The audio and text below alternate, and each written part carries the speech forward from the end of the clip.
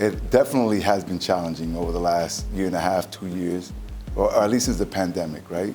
Yes, we got really sick, and we saw a lot of loss of life, but we also saw in 11 months, all of the hard work of the last 11 years dissipate. And to try to feed the borough, to try to help people figure out what their employment status is gonna be, to try to keep a sense of hope,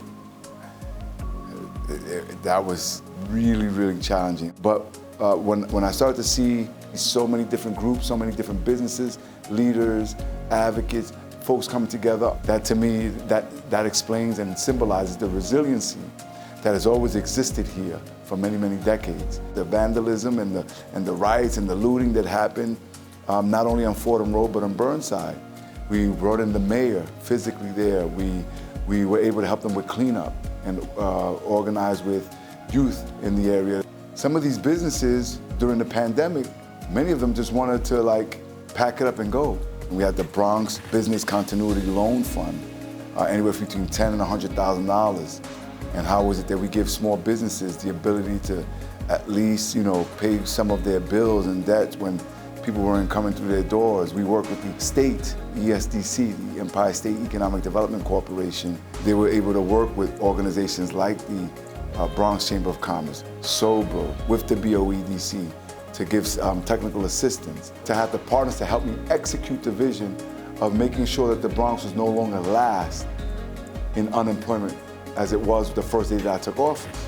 All of this job creation, all this economic development, all the housing, all of the infrastructure you see all around, without the advocacy, without the input, without the legwork of the Bronx Chamber of Commerce and its members, where would we be?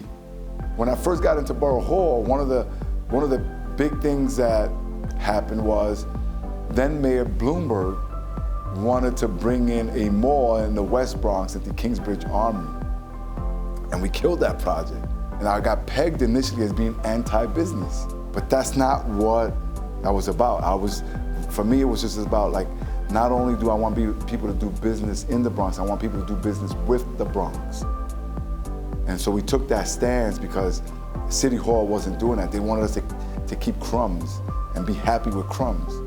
And so now that I'm finishing out my tenure at Borough Hall, to have the premier business institution in the Bronx Chamber of Commerce recognize me, I think it's full circle. It's a great feeling because it shows that it's not how you start a relationship or how you start, a tenure, it's how you finish it. So to the Bronx Chamber of Commerce, I want to thank you for this recognition.